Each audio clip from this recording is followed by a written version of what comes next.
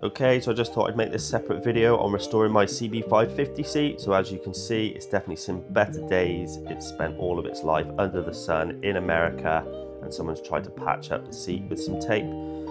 So the aim is really just to clean this all up, try and get the seat pan a little bit better, grind away some of the rust, and just see what's lying underneath.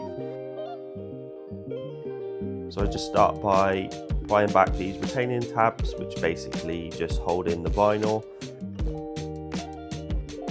And then now I'm just pulling over the chrome strip on the edge just to free up the seat cover.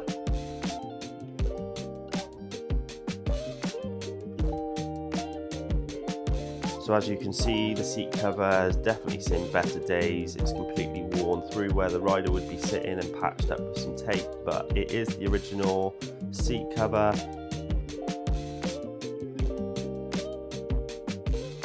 And the foam itself isn't too bad, but it was starting to come away on the edges. So I've decided to pull this back and just see how the seat pan is looking between the foam and the bottom of the seat.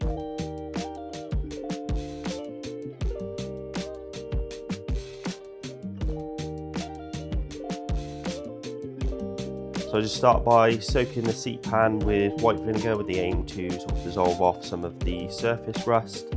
Here is the seat. Just before I did that, annoyingly filmed in portrait mode, but you can see sort of how bad it is and some of the rust on the bottom of the foam. So now I'm using a flat disc on an angle grinder, trying to grind off as much of the rust as I can and bring it back to a bare metal pan.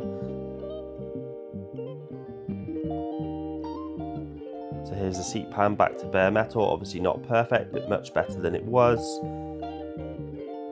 And then now after applying a rust-proof zinc primer. Okay, so the seat pan is now in a gloss black and I'm just applying a clear lacquer. Ideally, this seat pan probably would have been replaced for a new one, but spares like this aren't really available, so I'm just trying to make the seat pan that I've got the best I can, and hopefully if I can get a couple of years out of it without the rust coming back, then that's good enough for me.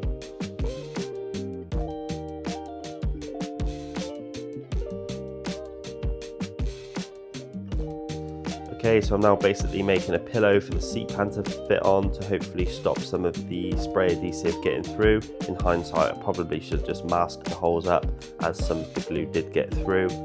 So hopefully you can see here on the seat foam, I've scraped away all of the rusted metal that had come off away from the seat pan.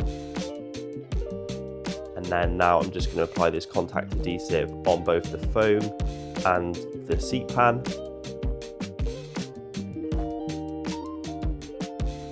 Spraying both sides, making sure I get the edges, and then now it's time to apply the seat foam.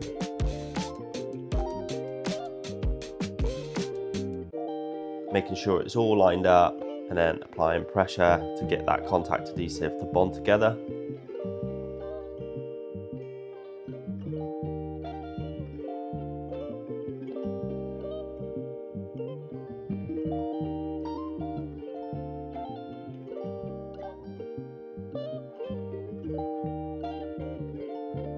Push it down on every corner, just making sure that there's no gaps. And then finally I just apply these clips just along the edges that were sort of lifting. Now I'm just using some fine wet and dry sandpaper just to correct any blemishes in the paint and just try and get a nice smooth surface. I then attempt to buff it with my machine polisher, but the polishing wheel is too big, so I'm just going to have to do the rest of this by hand.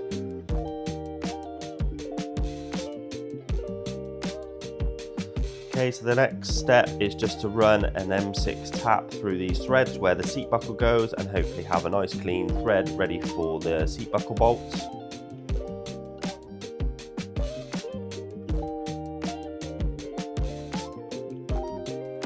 Same again on the other side.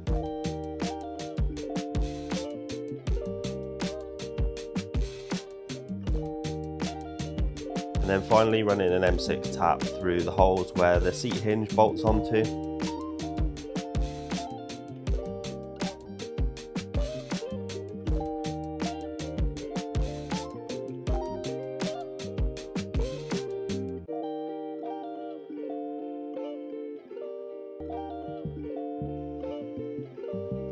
It's now time to start measuring up the seat buckle. So this seat buckle kit I got from a company called P&K Classics, which specialise in seat restorations, and they also provide products. So this is just a universal seat buckle which comes with the buckles, the bolts, and also a length of seat strap. Okay, so I'm just playing around with some tensions here. So obviously I want it tight enough that it's got a little bit of room to stretch as it's pulled on, but not so tight that it's going to completely compress the seat foam. Okay, so now it's time to punch the hole ready for the rivet. Probably should have put the tripod on the floor rather than the workbench. Just making the hole now with one of my punches, just trying to get the hole big enough that the rivet can go through. These rivets are pretty cool, so they just thread into each other rather than being like a pop rivet, so you can remove it if you need to. So once that's fitted, I'll do the same again on the other side. Now it's time to fit the seat cover. So one difficult thing really with this seat cover is getting the pattern on the top completely central, as obviously if that's off it's just going to look completely wrong.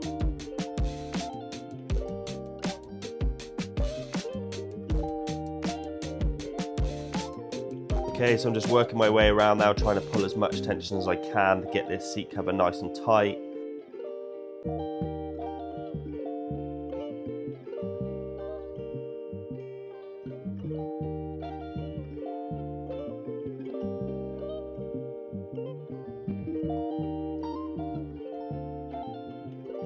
I think I ended up stopping this video and just bringing the seat to the floor and kneeling on it. It was the only way I could really get as much tension on the seat as I could, and trying to get any sort of slack out of the seat cover.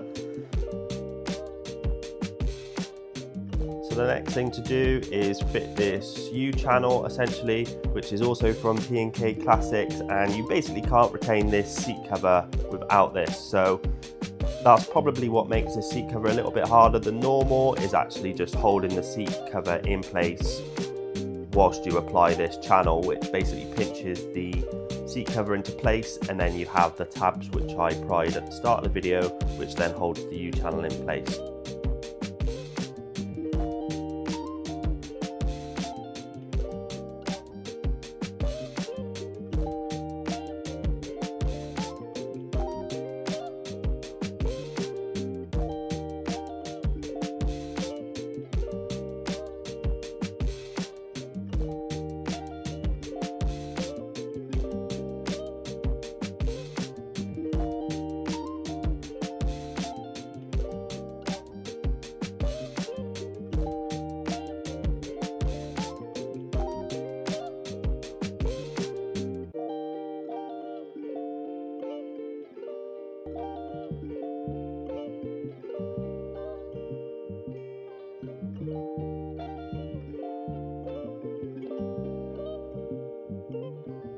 Pushing as much slack as I can from the center out, and then just re-stretching it underneath the trim.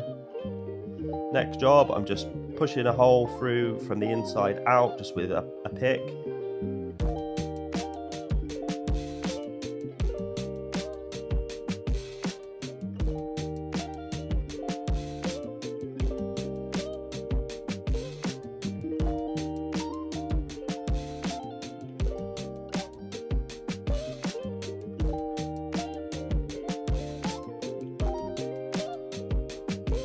And then finally fitting the buckle on the one side and then stretching over the buckle to the other side. Okay, so that's the strap now fitted to the seat. Pretty happy with how it looks. The only issue is the stitching. I don't know if you can see there, but it is slightly off.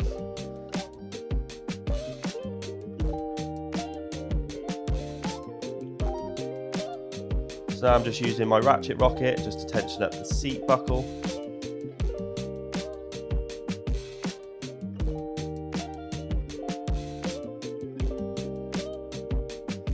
Okay, so now I'm just trimming off the excess vinyl from the inside of the seat, and then I'm just using a pair of grips wrapped with electrical tape just to save damaging the chrome strip.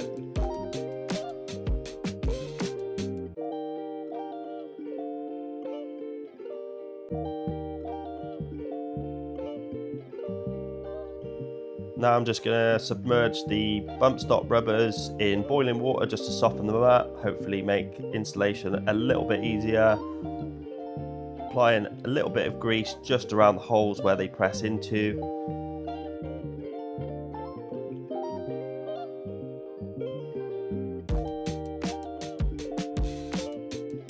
And actually, I think soaking these in hot water made fitting really easy. They just push straight in, nice and easy, with a little bit of help from the grease as well.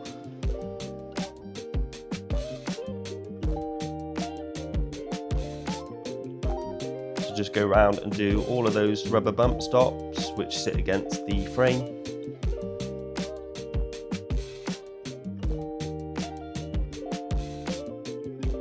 Then the O-ring for the service manual, the vinyl for the service manual, and then finally the cover for the service manual.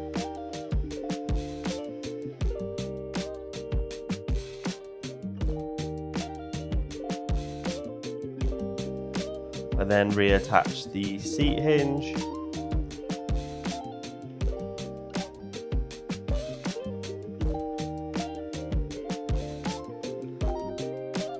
Okay, so now I'm just applying some pinstriping tape to the center of the seat, following that all the way around to the top, so I've got a reference point ready to apply the stencil to get the Honda logo on the rear. So I'm just measuring off the old one now just to get the right height, marking a center line on the stencil as well.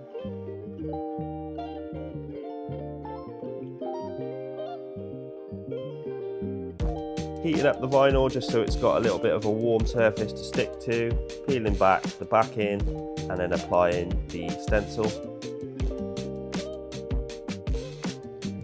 Just double checking that I've got the heights correct and then removing the pinstriping tape.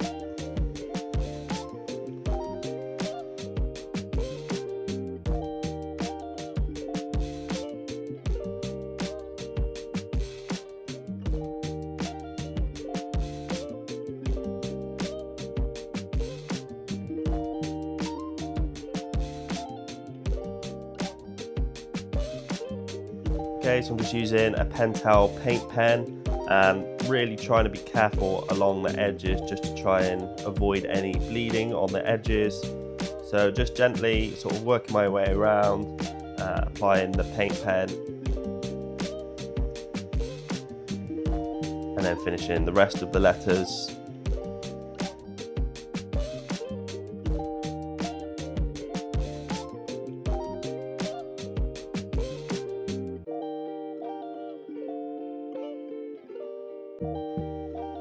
Alright, so I just let that dry for a couple of hours and now I'm just peeling back the stencil.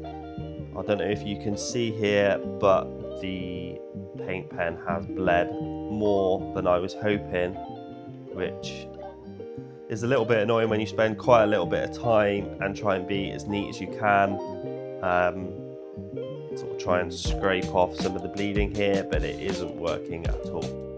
So yeah, unfortunately, after removing that stencil, you can see that the paint pen that I used has bled underneath the stencil. I did try everything I could to be, pretty accurate with the lines, but yeah, it's gone underneath the stencil and it just means the edges aren't sharp. So having a little think about it, it was a hard decision because it's undoing your work, but I decided to just wipe it off, and actually it didn't take much to get it off at all. And if you just sort of rub your thumb along the lettering, it did just smudge anyway. So I just think with washing the bike in the future and weather conditions, rain and stuff like that, it probably wasn't going to last that long. So I've had a little chat with the guy that provides the stencils, and he's recommended using like a leather specific paint, which will probably be applied on with a paintbrush. So that's not going to be in this video, unfortunately, because I haven't received the new stencil yet. But I'm pretty happy with how the seats turned out. Obviously it's a lot better than how it looked before. So the seat cover is now in good condition, and this seat cover that I bought from David Silver Spares is probably one of the most accurate I could see. Obviously if you compare this to the old one in terms of the sort of spacing on this pattern and everything, I think it's pretty close to the original. Only downside, and I have contacted P&K Classics, is this stitching isn't quite central, which it's not the end of the world, could potentially live with it, but I have contacted them and they've said they'll send me out a new strap, so I probably will redo that just so you've got the stitching central. It's one of those things that now I've noticed it's going to bug me. So if you're following along with my episodes, you'll probably see me replace the strap and redo the stencil in the next episode. But yeah, I'm happy with how it's turned out. Obviously new paint on the bottom. This edging strip from P&K Classics looks really good, and you're not going to be able to fit one of these covers without that, because this is what retains the cover. So yeah, that's about it. Got the motorbike seat all recovered and ready to go back on the CB. So if you're new here and you like that, then please consider subscribing to my channel. Obviously, if you've been watching any of my previous videos and you haven't yet subscribed, then please do. It'd be nice to see those numbers increase a little bit. But yeah, that's it for this video. I hope you liked that one, and stick around for episode 9 of the CB550 barn find build, where we'll be working on the engine, getting the seat fitted, and hopefully getting the bike all back together. So thanks for watching if you've made it this far, and I'll see you in the next one. Thank